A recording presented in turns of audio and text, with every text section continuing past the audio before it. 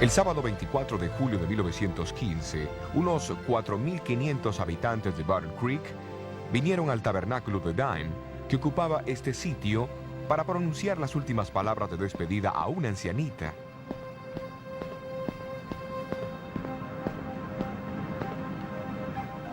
¿Qué convirtió a Elena White en una persona tan especial? He aquí el formulario de información biográfica que completó en marzo de 1909. En ese entonces tenía 81 años de edad y se describió a sí misma como teniendo 5 pies y 2 pulgadas o 158 centímetros de altura, 140 libras o 63 kilos y medio de peso, con tez más bien oscura, cabello gris y ojos grises. Registra su lugar de nacimiento en Gorham, Maine, el 26 de noviembre de 1827, y la fecha de conversión como más o menos en marzo de 1840. A fines de agosto de 1846, a los 18 años, se casó con Jaime White. Más tarde tuvieron 4 hijos. Enrique Nicolás, en agosto de 1847, Jaime Edson, 2 años más tarde, Guillermo Clarence, en agosto de 1854, y Juan Heriberto, en septiembre de 1860. Aunque esta información es interesante, no nos da ninguna idea de cómo se relacionaba con otros o de cómo enfrentaba las frustraciones y las decepciones de su vida. ¿Será que como mensajera de Dios tuvo que soportar aflicción y enfermedad o batallar con su apetito como la mayoría de nosotros?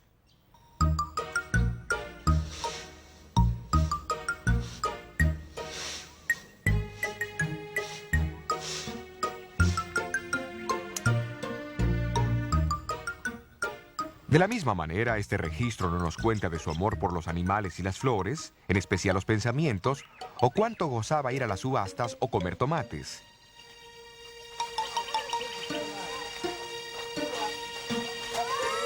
No nos cuenta de los incontables días que pasaba cuidando niños de otras personas, o de las joviales visitas que hacía a sus vecinos con productos de su huerta y sus prácticos consejos para los enfermos. En verdad, esta información nos cuenta muy poco sobre Elena como esposa y madre. Si hubieras vivido en Thompson, Battle Creek, Santa Elena o en Cornwall, Australia, y la hubieras conocido como una vecina o amiga, ¿cómo te hubiera impresionado? Thompson, en el estado de Maine, Estados Unidos, es un pueblo que está a unos 45 minutos de viaje en auto al noroeste de Gorham, donde Elena White nació. Aquí se encuentra la casa que una vez perteneció a Stockbridge Holland, un próspero ingeniero y un destacado adventista del séptimo día.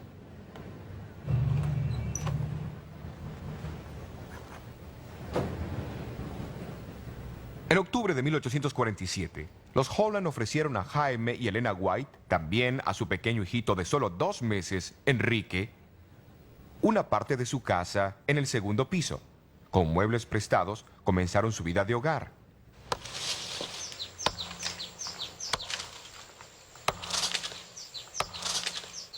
Aunque eran pobres, decidieron independizarse. Jaime White transportaba piedras en el ferrocarril y cortaba leña en el bosque, por lo que ganaba la enorme suma de 50 centavos al día. A pesar de la pobreza y del trabajo duro, la joven madre pudo escribir. Los sufrimientos y las pruebas nos acercan a Jesús. En visión le fue mostrado que Dios los había estado probando para su bien, preparándolos para trabajar para otros, impidiéndoles establecerse muy cómodamente. Convencido de su deber de trabajar por la salvación de otros y sabiendo los rigores de los viajes de los 1840, los White se vieron forzados a tomar una decisión difícil. Elena escribió: Sola ante el Señor, con el sentimiento más doloroso y muchas lágrimas, hice el sacrificio y di mi único hijo a otros para que tuviese el cuidado y el cariño de una madre. Así dejaron al pequeño Enrique bajo el amoroso cuidado de los Hollands. Las frecuentes visitas ayudaban a mantener la unión entre los padres y su primer hijo varón. Y cuán felices se sintieron cuando pudieron llevarlo de regreso a su casa 5 años más tarde, como un niño bien entrenado en la oración. Por coincidencia, 10 años más tarde, en diciembre de 1863, ese Enrique, ahora con 16 años de edad, contrajo pulmonía en una visita a los Hollands. Sintiendo que no iba a sobrevivir, le hizo prometer a su madre que lo llevara al Battle Creek. y lo enterraran al lado de su hermanito Juan Heriberto, que había fallecido 3 años antes a los 3 meses de edad, cuando dijo: así resucitaremos juntos en la mañana de la resurrección. Cuando nuestro noble Enrique falleció y nuestro dulce cantante fue llevado a la tumba, su canto juvenil se apagó y nuestra casa quedó desolada. Pero Dios nos confortó en nuestras aflicciones y con fe y valor seguimos adelante, con la firme esperanza de encontrarnos con los niños que nos fueron arrebatados por la muerte en aquel mundo donde la enfermedad y la muerte no serán más. En 1856, los White se mudaron a esta casita de 2 pisos en la calle Wood Battle Creek. Fue la primera casa de su propiedad.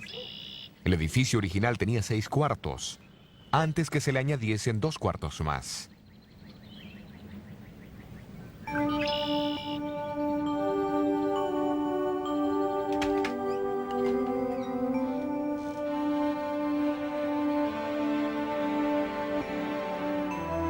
El cuarto del frente en el primer piso servía como sala de recibo.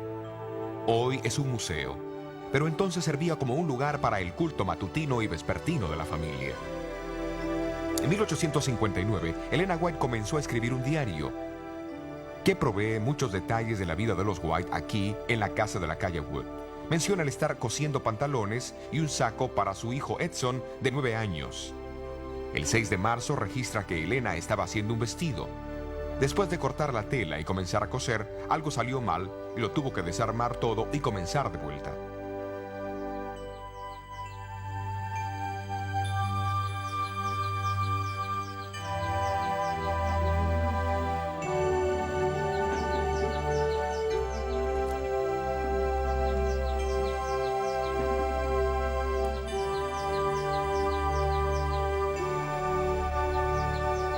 Elena White era una jardinera entusiasta. Su diario comenta que plantaba frambuesas y fresas. Su anotación del lunes 11 de abril cuenta que pasó la mayor parte del día haciendo un jardín para sus niños, porque quería que su casa fuese para ellos el lugar más placentero de todos.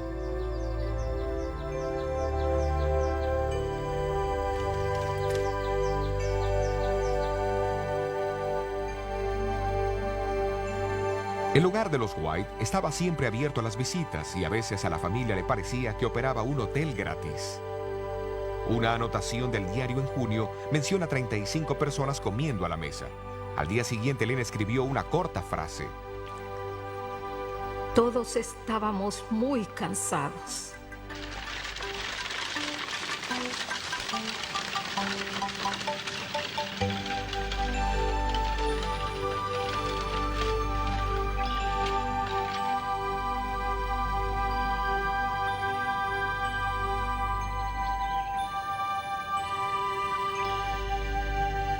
El viaje a las distintas iglesias demandaba gran parte de su tiempo.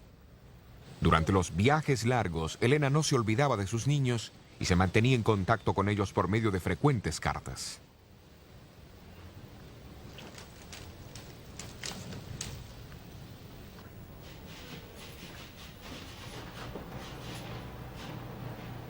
En 1859 describió sus actividades y experiencias a su hijo Guillermo de 5 años en un lenguaje que él pudiera entender. Junto a una carta envió una pequeña caja de dulces con esta advertencia: debes comerlo solamente cuando Jenny te permita. Come un poquito por vez. A Edson, su hijo de 18 años, le escribió en 1868: tu padre y yo nos disgustamos mucho al verte usar un saco que costó solo $26, solamente para caminar hasta la oficina. Edson, siento que no demuestres más cuidado en tu manera de vestir.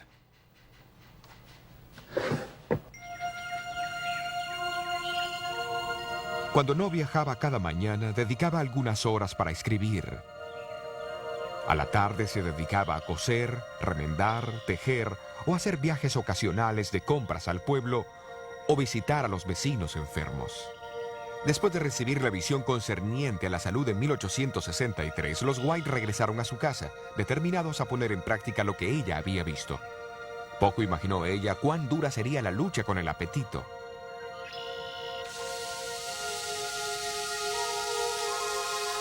Hasta ese momento, la carne había sido el principal ingrediente en su dieta. Le agradaba comerla y no le gustaban las comidas simples ni las no refinadas. Aún más, creía que necesitaba la carne para tener fuerzas, puesto que su salud era débil y a menudo se desmayaba varias veces a la semana. Sin embargo, en la visión vio las ventajas de una dieta simple, libre de alimentos estimulantes.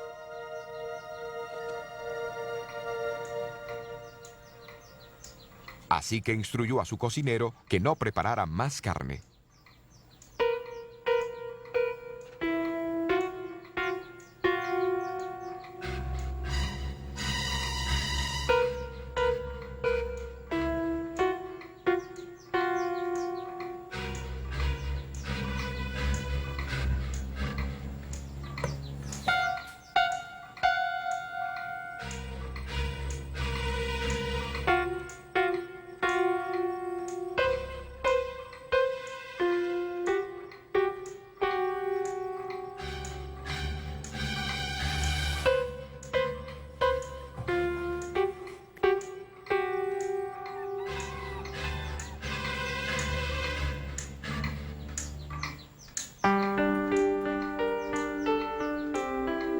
¿Comeré alimentos sencillos o no comeré nada?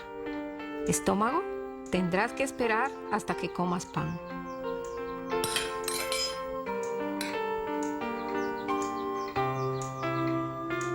El éxito en esta lucha le trajo beneficios inmediatos. No pasó mucho tiempo antes que pudiese gozar de alimentos simples y saludables. 6 meses más tarde, escribió que nunca se había sentido mejor y que sus mareos y desmayos habían desaparecido.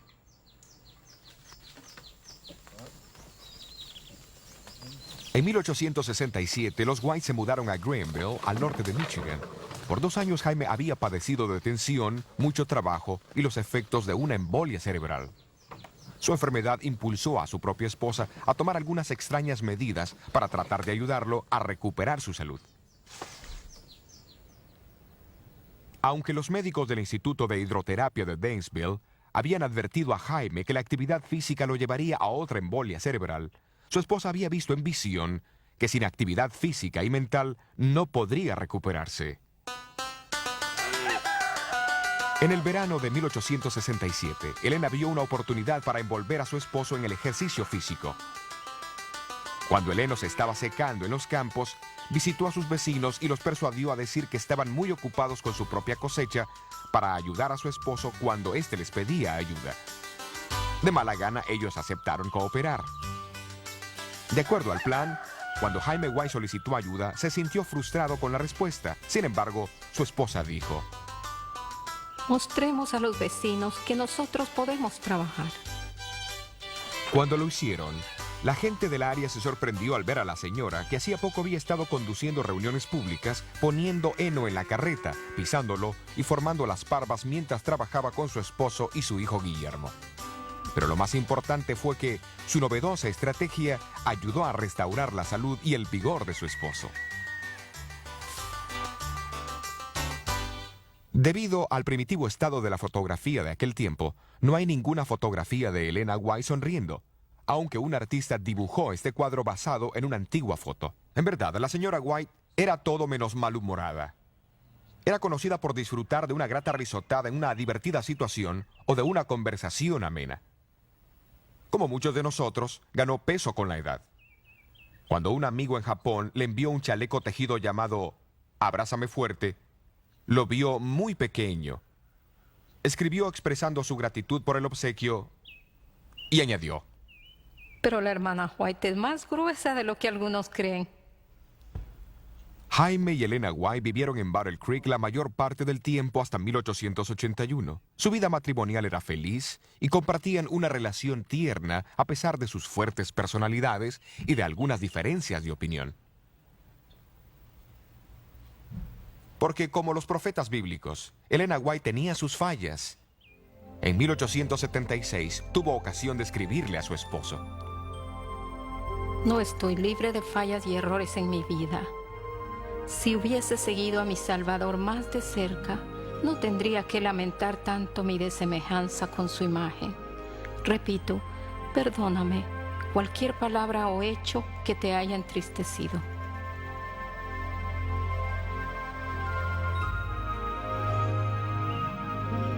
Como todos los matrimonios, el de Elena no fue un mar de rosas.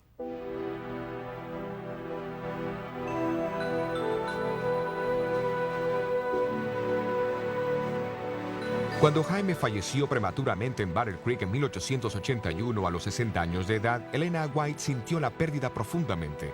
Pero en el funeral habló de su resignación a la voluntad de Dios, de la esperanza del cristiano y de Jesús, quien ella dijo era más precioso para ella de lo que nunca antes lo había sido en su vida.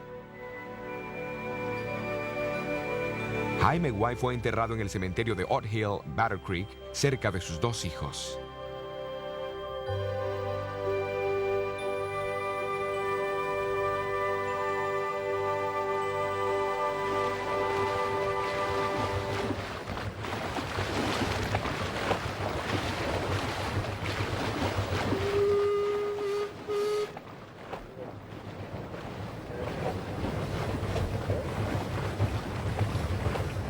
Diez años más tarde, en 1891, Elena White se embarcó hacia Australia. Desafortunadamente, cayó enferma con fiebre palúdica y reumatismo inflamatorio. Durante los próximos 11 meses experimentó el más terrible sufrimiento de toda su vida y casi llegó a convertirse en una inválida.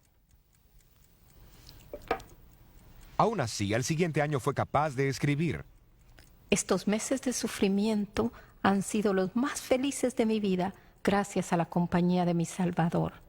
Estoy tan agradecida por haber tenido esta experiencia, porque me siento más cerca de mi precioso Señor. A través de la enfermedad, su amor y su tierna compasión fueron mi alivio y mi consuelo.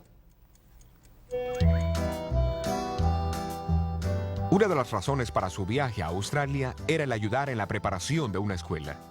En 1894 inspeccionó una propiedad de 140 acres en Currambone, Nueva Gales del Sur, y sintió la impresión de que la escuela debía estar ubicada en ese sitio. Posteriormente se compró la tierra y se limpió una porción de los enormes eucaliptos que la ocupaban. En una visión, un ángel le dijo a Elena White que aunque la tierra parecía ser pobre, si se la trabajaba bien, produciría en abundancia. Como para expresar su fe, compró 40 acres de esa propiedad y comenzó a planear su propia casa y un huerto de frutales. En apenas 2 acres, plantó más de 500 árboles frutales de más de 12 variedades diferentes, usando un método que el ángel le había explicado. Se dice que si Elena White escuchaba de algún árbol frutal, vegetal o flor que no crecía en el área, ella lo plantaba porque creía que se había presentado informes erróneos de esa tierra. A pesar de los adversos informes de agricultura, después de 18 meses de sembrar, pudo describir por carta los frutos de sus duraznos a una amiga de Sudáfrica. Estos son los más hermosos en apariencia. Nunca he visto unos más grandes. 2 de ellos pesaban 1 libra. Estamos viendo el cumplimiento exacto de la luz que el Señor me ha dado, que si se trabaja bien la tierra, dará sus tesoros.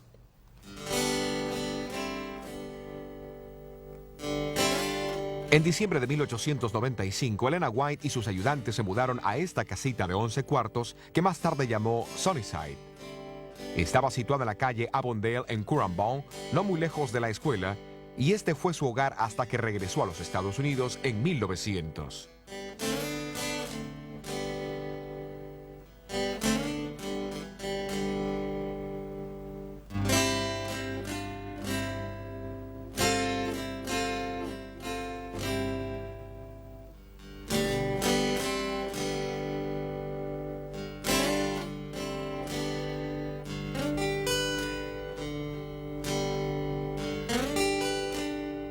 Fue aquí que recibió muchos sueños proféticos que ayudaron a guiar a la Iglesia Adventista del Séptimo Día, no solo en Australia, sino también en América y otros países.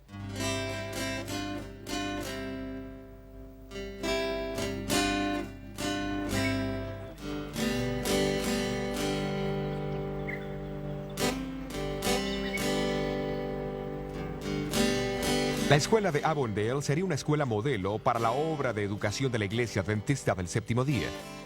Aquí se reunió con el director y los maestros de la escuela, quienes estaban deseosos de operarla en armonía con la instrucción que Dios les había dado.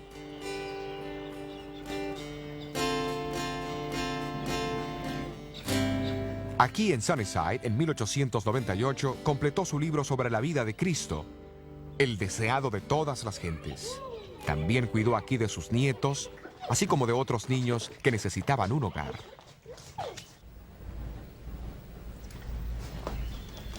Una para ti. Una para ti. Su disposición amable y feliz hacía que los niños nunca estuviesen tensos o nerviosos o se enfermaran con facilidad en su compañía. Una para mí también. Buenos días, hermano. Fue aquí también que atendió las necesidades de los enfermos de la zona.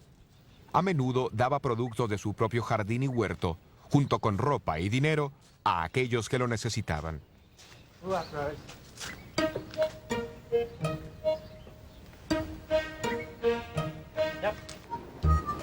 En una ocasión, un grupo de pescadores locales, agradecidos por su ayuda, enviaron una canasta de pescados a la escuela de Avondale. La cocinera, que estaba acostumbrada a servir alimentos vegetarianos, preguntó si debía tirarlos. Elena White respondió: «De ninguna manera. ¿Acaso no hay personas en la comunidad que estarían agradecidos por ellos? Envíales los pescados como un gesto de atención». Luego escribió una carta a los pescadores, agradeciéndoles su amabilidad y expresando su aprecio por su atención. Antes de salir de Sunnyside y de Australia a fines de agosto de 1900, la iglesia de Currumbine le regaló un hermoso álbum aterciopelado de autógrafos. Los mensajes escritos a mano venían de iglesias e individuos expresando su aprecio, amistad y cariño. También incluía fotos de las iglesias, retratos de amigos y escenas de su casa, Sunnyside. Hasta una página fue reservada para su perro guardián, Tiglath Pileser.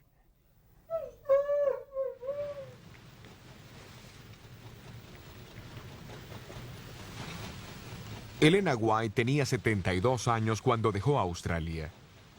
En el viaje hacia América estaba intranquila respecto a dónde encontrar una casa. Pero 2 días antes que el barco anclara en San Francisco, Dios le aseguró en una visión que él tenía un lugar preparado para ella, donde encontraría paz y tranquilidad.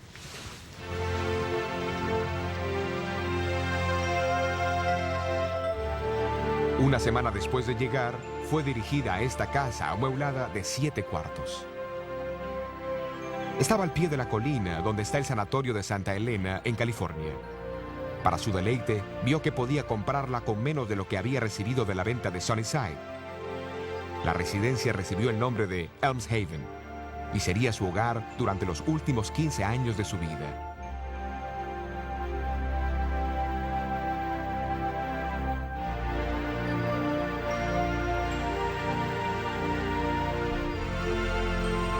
La nieta de Elena White, la señora Graciela Yax, recuerda los momentos felices con su abuela en Elms Haven. Casi siempre teníamos alguna bebida caliente para el desayuno. Malta caliente, a veces cocoa, que es leche achocolatada. Tomábamos mucha leche, un cereal caliente, bien cocido, servido con crema y fruta fresca. Si no era verano, cuando podíamos comer fruta fresca, casi siempre había compota. Pero generalmente, de ser posible, teníamos frutas frescas del jardín.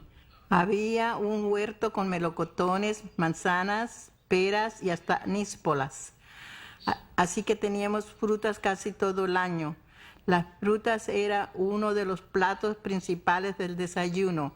De vez en cuando comíamos un huevo en el desayuno, pues Elena White nunca dejó la leche y los huevos.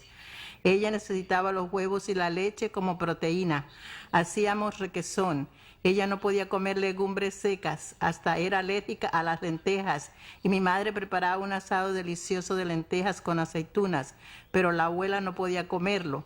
Solo podía mirarnos mientras lo disfrutábamos.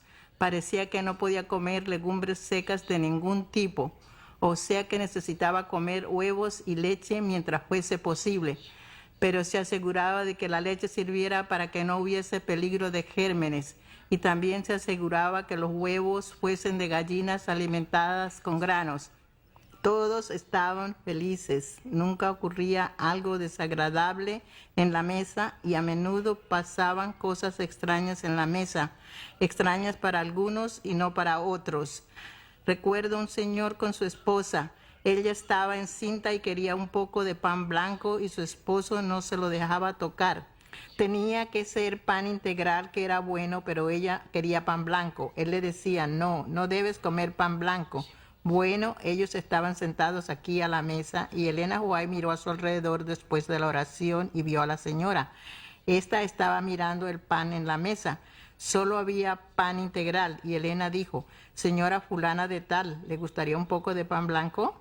Y eso era justamente lo que ella estaba esperando. Su esposo interrumpió, no debes. Tú siempre debes comer pan integral para tu nutrición, debes alimentarte bien. Pero de vez en cuando es bueno tener algo que a uno le gusta. Elena White parecía entender.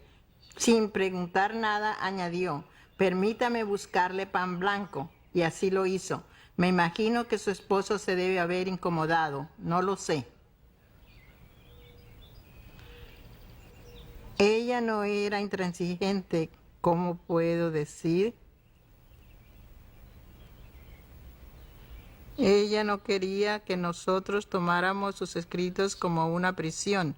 Sus escritos servían para orientar las diferentes actividades de la vida. Todos la querían. Ella solía subir a su carruaje e ir a los viñedos donde los hombres estaban trabajando. Paraba y conversaba con ellos sobre diferentes tópicos. Y si escuchaba que un nuevo bebé había nacido, no importaba si eran adventistas o no, se subía a su carruaje por la tarde para llevar algún regalo para el bebé. Ella reconocía que algo bueno había ocurrido, o sea, a ellos, a la gente, y ella disfrutaba también. Elena era una persona muy extrovertida.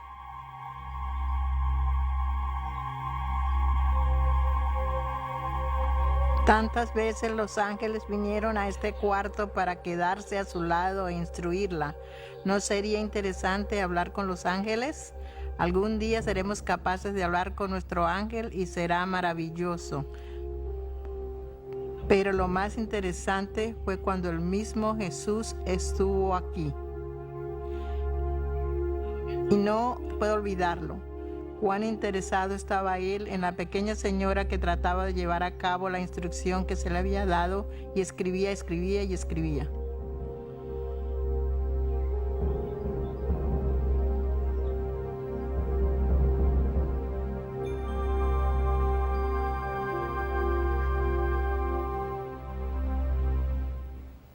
Elmshaven hoy es casi igual a lo que era cuando Graciela visitaba a su abuela aquí. Esta es la sala, donde se recibían las visitas y donde la familia se reunía para los cultos matutinos y vespertinos.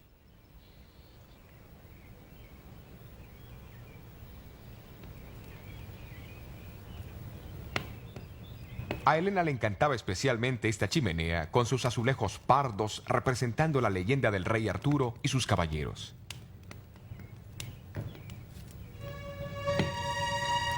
Hacia el fin de su vida, Elena White disfrutaba de una experiencia de fe triunfante. Conocía a Jesús como su Salvador y amigo, y soñaba con el hogar en la nueva tierra que había visto en visiones tantas veces. A menudo mientras caminaba por la casa, se la podía escuchar cantando las palabras compuestas por Guillermo Hyde en 1845. Él las había escrito después de escucharla contar su primera visión del cielo, recibida en diciembre de 1844. Elena gustaba especialmente de la última parte del himno. Estaremos allá, unidos con los redimidos allí. Corona y vestido tendremos con él, y por siempre el descanso será.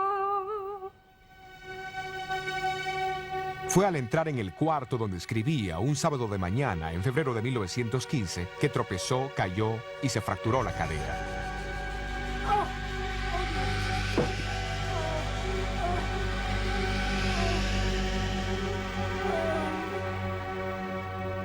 Y cuando nos dimos cuenta que no viviría mucho más, mandaron llamar a mi hermana Mabel, que era la preceptora de las niñas de Loma Linda, para que viniese para estar aquí en esos momentos. Acomodaron la cabecera de la cama cerca de la chimenea y todos nos reunimos alrededor. Y respiraba cada vez menos profundo y finalmente cesó de respirar. No hubo ni un conflicto. Nos preguntábamos si iría a decir algo. Uno siempre se pregunta si las personas han dicho algo al final, pero ella no lo hizo. Ya había dicho lo que quería decir. Yo sé quién he creído. No hubo pánico. Así que ella dejó de respirar tranquilamente en julio a las... ¿Qué hora es en ese reloj? 4 menos cuarto.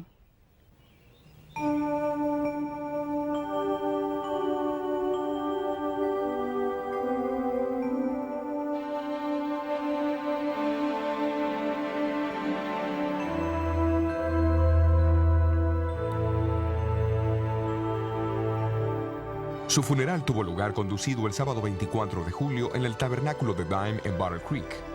Unas 3.500 personas se apertujaron en la iglesia y unas 1.000 más se quedaron en el césped afuera.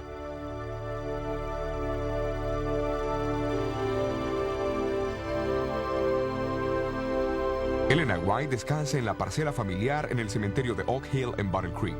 Junto a su esposo y otros miembros de la familia, juntos esperan la mañana de la resurrección.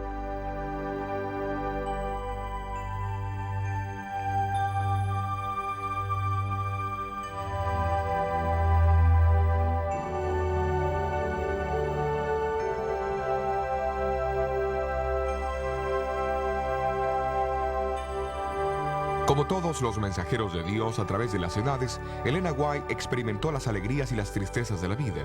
Como ellos, no perdió la originalidad de su personalidad, ni fue dotada súbitamente con habilidades que no poseía antes. No fue una santa esculpida como estatua, sino alguien que siempre se vio como una pecadora, salva por la gracia de Dios. Como los profetas que la precedieron, luchaba contra la tentación. Lamentaba cuando su carácter no representaba a Cristo. Poseía a veces una memoria defectuosa. Tenía sus gustos y desagrados y su propia manera de vestirse y atender la casa. Reconocía sus limitaciones de conocimiento y entendimiento, aparte de las revelaciones recibidas del Señor, y lamentaba su inhabilidad para escribir mejor. Pero también fue una esposa, madre y amiga expresiva, cariñosa y generosa, profundamente devota a su Dios y a aquellos que la rodeaban. Escogida por Dios como su mensajera para la iglesia adventista del séptimo día, Dios la usó a través del don profético para traer unidad de fe, para guiar y fortalecer la iglesia, para magnificar los principios de su palabra y para proporcionar a hombres y mujeres una visión más clara de Jesús. De sus escritos ella declaró: ellos hablarán constantemente y su obra avanzará hasta el final del tiempo.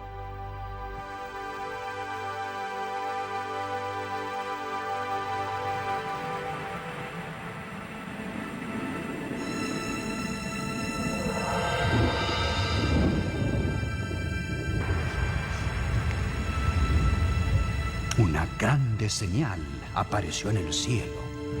Una mujer vestida de sol, la luna debajo de sus pies y sobre su cabeza una corona de 2 estrellas. Y estando encinta, clamaba con dolores de parto y sufría tormento por dar a luz. Y fue vista otra señal en el cielo. Un gran dragón bermejo que tenía 7 cabezas y 10 cuernos y en sus cabezas 7 diademas. Y su cola arrastraba la 1/3 parte de las estrellas del cielo y las echó en tierra. Y el dragón se paró delante de la mujer que estaba por dar a luz, a fin de devorar a su hijo cuando hubiese nacido. Y ella dio a luz un hijo varón, el cual había de regir a todas las gentes con vara de hierro. Y su hijo fue arrebatado para Dios a su trono.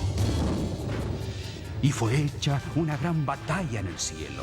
Miguel y sus ángeles lidiaban contra el dragón, y lidiaba el dragón y sus ángeles, y no prevalecieron, ni su lugar fue más hallado en el cielo. Y fue lanzado fuera aquel gran dragón, la serpiente antigua que se llama Diablo y Satanás, el cual engaña a todo el mundo. Fue arrojado en tierra, y sus ángeles fueron arrojados con él. Y cuando vio el dragón que él había sido arrojado a la tierra, persiguió a la mujer que había dado a luz al varón. La mujer huyó al desierto, a un lugar aparejado por Dios, donde ella sería protegida por 1260 días. Entonces el dragón fue airado contra la mujer y se fue a hacer guerra contra los otros de la simiente de ella, los cuales guardan los mandamientos de Dios y tienen el testimonio de Jesucristo. Estas dramáticas palabras de Apocalipsis 12 describen la batalla más importante que el mundo haya presenciado: el conflicto entre Cristo y sus fuerzas del bien y Satanás y sus discípulos del mal. El origen del progreso y el glorioso clímax de esta controversia también fueron revelados a Elena White en una visión de 2 horas que recibió el domingo 14 de marzo de 1858 en Loves Grove, conocido ahora como Bowling Green, Ohio. Le fue ordenado escribir lo que había visto, pero también se le advirtió de las consecuencias porque Satanás haría enormes esfuerzos para impedirlo. Pero se le aseguró que los ángeles de Dios no la abandonarían en su conflicto.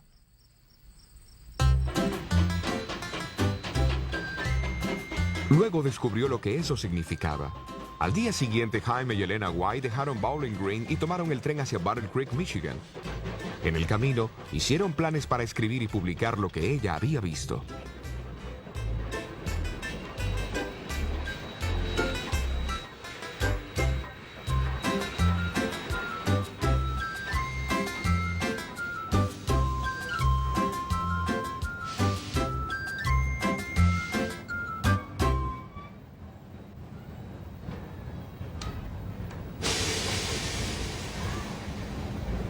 Al llegar a Jackson, en Michigan, bajaron del tren para quedarse con sus amigos Daniel Palmer y su esposa. Los White no habían estado ahí mucho tiempo, cuando Elena comenzó a sentir una extraña sensación fría en su corazón. Después por toda su cabeza y a su lado derecho. Su lengua rehusó articular lo que ella quería decir y parecía agrandada y adormecida. Al caer inconsciente, su esposo y amigos se arrodillaron y comenzaron a orar. Esa noche ella sufrió mucho dolor, pero la mañana siguiente se sentía bastante restablecida como para continuar el viaje hacia su casa en Battle Creek.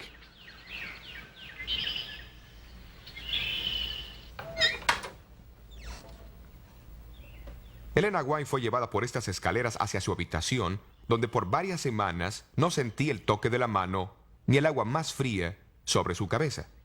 Se esforzaba para pararse y caminar, pero a veces caía desvalida al piso.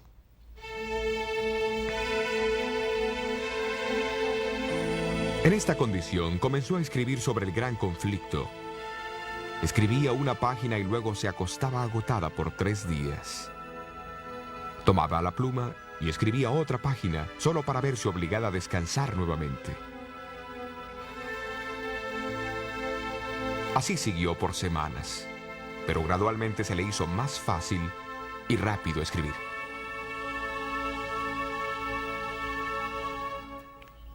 En septiembre de 1858 se imprimió este pequeño volumen. Lleva el título Dones Espirituales Volumen 1. El gran conflicto entre Cristo y sus ángeles y Satanás y sus ángeles.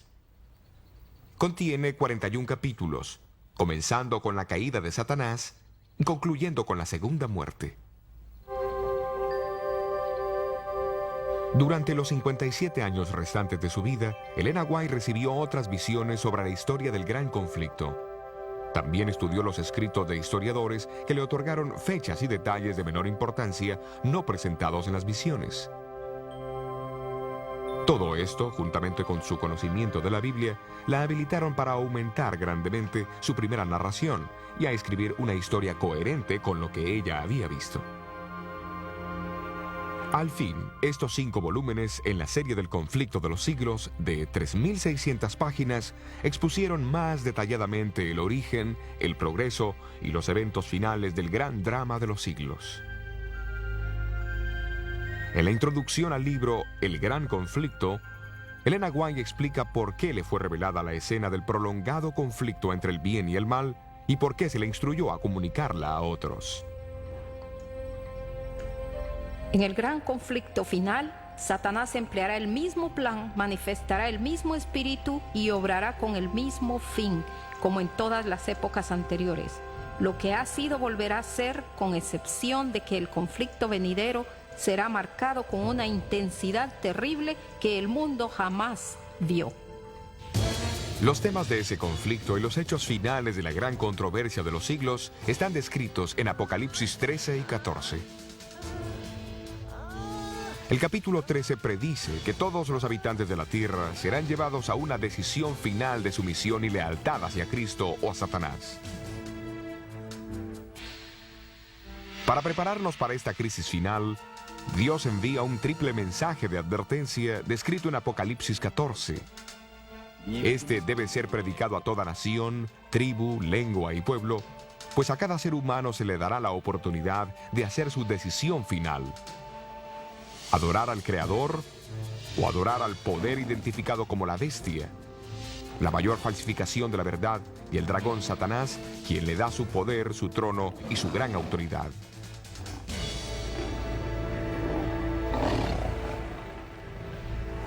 Pero de acuerdo a Apocalipsis 14, este mensaje no se envía hasta que el gran juicio final de Dios comience en el cielo. A su hora, un pueblo se levantó para anunciar que el tiempo del juicio había llegado. Guillermo Miller proclamó el pronto regreso de Cristo. Hiram Edson señaló 1844 como el comienzo de la obra del juicio final de Cristo en el santuario celestial.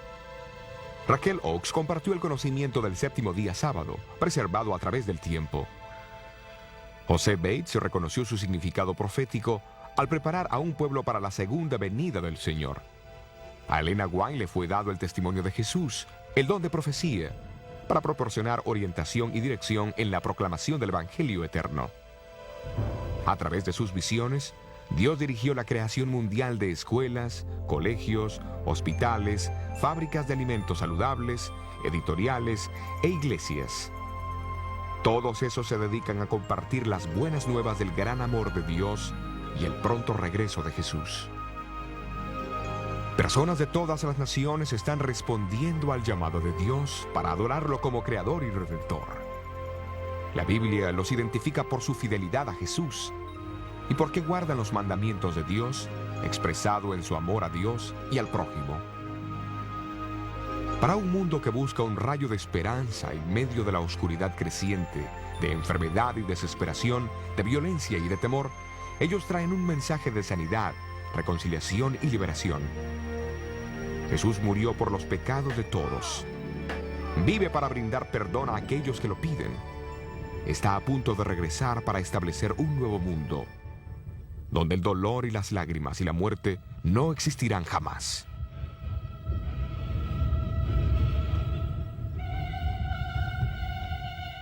Pronto aparece en el este una pequeña nube negra. Es la nube que envuelve al Salvador. El pueblo de Dios la contempla en silencio solemne mientras va acercándose a la tierra, volviéndose más luminosa y más gloriosa, hasta convertirse en una gran nube blanca. Jesús marcha al frente como un gran conquistador. Entre las oscilaciones de la tierra, las llamaradas de los relámpagos y el furor de los truenos, el Hijo de Dios llama a los santos dormidos. Los justos vivos son transformados, ahora son inmortales y juntamente con los santos resucitados son arrebatados para recibir a Cristo su Señor en el aire. Con cantos de alegría suben juntos a la ciudad de Dios. El gran conflicto ha terminado, ya no hay más pecado ni pecadores. todo el universo está purificado. Desde el átomo más imperceptible hasta el mundo más vasto, todas las cosas animadas e inanimadas declaran en su belleza sin mácula y en júbilo perfecto que Dios es amor.